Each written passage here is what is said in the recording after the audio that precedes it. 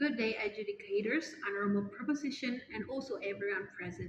My name is Ester Uli from High School 66 Jakarta, and today I stand on our position to oppose the motion that this House would adopt student loan mechanism in Indonesia.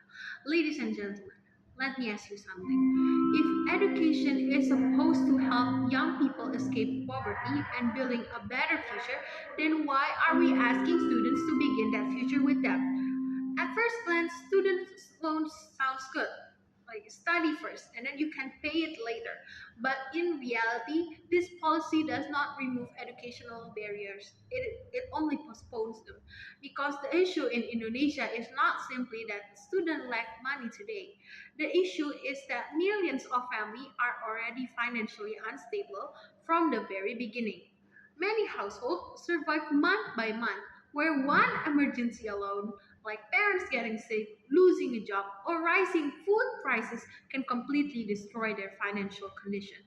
And in this situation, giving debt is a pressure that is disguised as opportunity.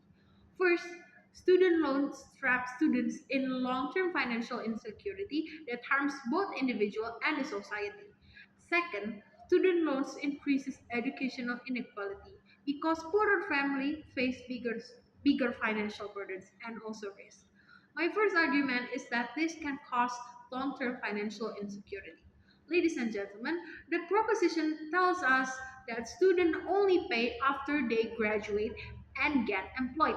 But this argument depends on an unrealistic assumption that every graduate can quickly secure stable employment with sufficient income. That is simply not the reality in Indonesia. Every day we see university graduates struggling to find jobs that match their qualification.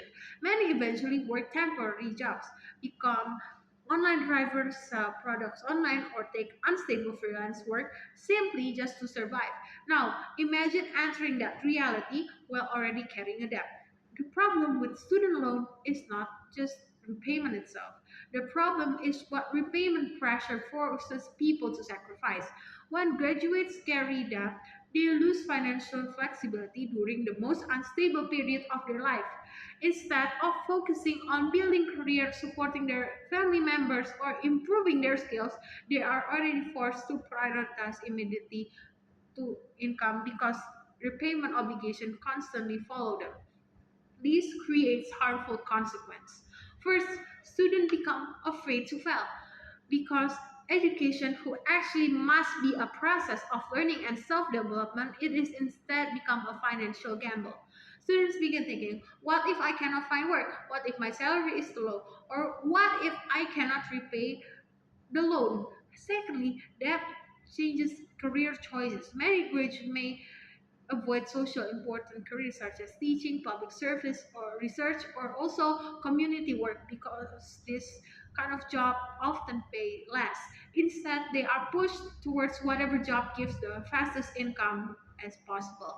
And that means society loses talented individuals in sectors that Indonesia actually needs. Thirdly, this pressure spreads beyond the individual. In Indonesia, many graduates are immediately expected to support their parents or their younger sibling financially after graduation. So this don't only burden one person, but they affect the entire family. We constantly hear stories of graduates struggling to despite having degrees. Some spend months searching for work. Some work outside of their field. Some postpone helping their families because their own financial condition is already unstable. And this becomes worse during economic uncertainty, where even educated workers can suddenly lose income opportunities. Therefore, proposition cannot claim that this policy increased meaningful educational accessibility because access without security isn't a real opportunity.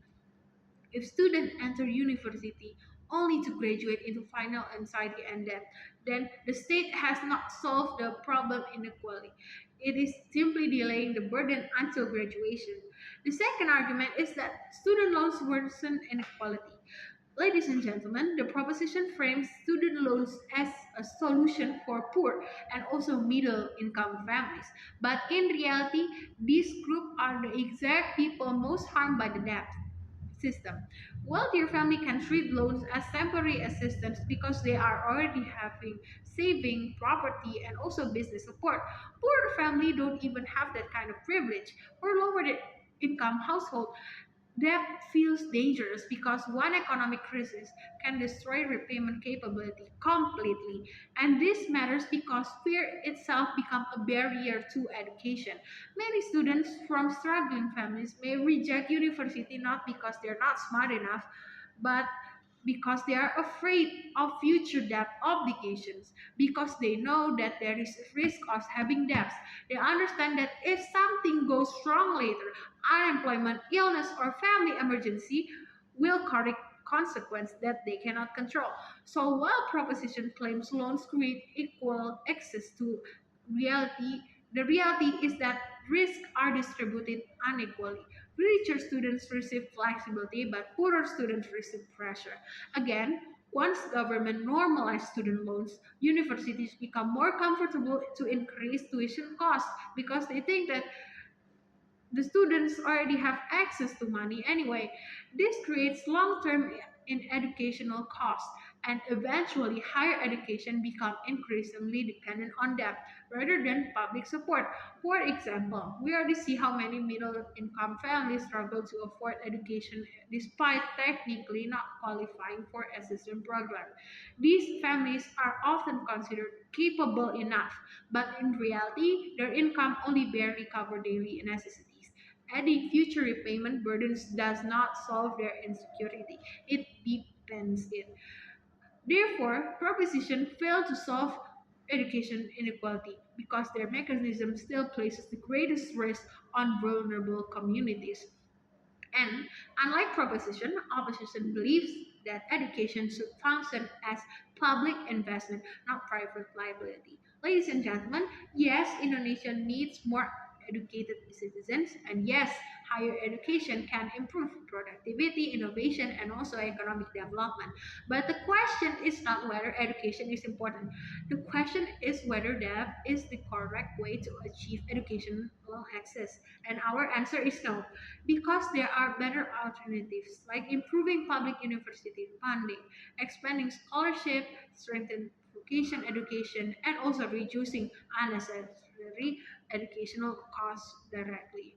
This solution improves access without forcing students to begin adulthood under financial pressure. And let me leave you with one final question. Should young Indonesians begin their future with freedom and opportunity or with debt waiting for behind them? For all these reasons, I proudly stand with the opposition. Thank you.